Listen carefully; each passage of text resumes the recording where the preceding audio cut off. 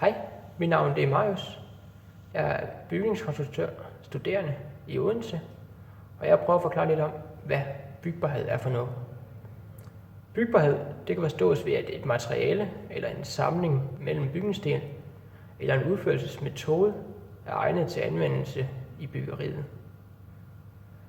Bygbarhed det betyder også, at det er muligt at konstruere ud fra det tegningsmateriale og de beskrivelser, men også hvordan og hvornår de forskellige dele de skal bygges ind i byggeriet. Det kræver specielt et stort fokus på de arbejdsprocesser, som skal foregå, og ikke kun på det færdige produkt. Bygbarhed det skal helst indføres så tidlig i projekteringen som muligt, så man kan være med til at reducere de fejl i byggeriet. Og jeg har en lille skitse af, hvad og hvordan og hvornår skal det med i planlægningen. Det er nogle af de spørgsmål, som man skal overveje, når man snakker bygbarhed.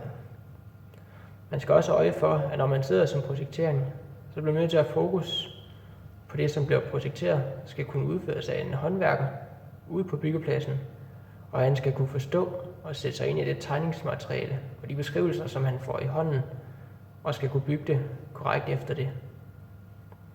Risikoen ved, at de projekterende ikke tænker bygbarhed, det kan føre til uafklarede spørgsmål fra entreprenøren, og det kan kræve ændringer af projektmaterialet under udførelsen, og det kan både belaste projektets tidsplan og økonomiske rammer.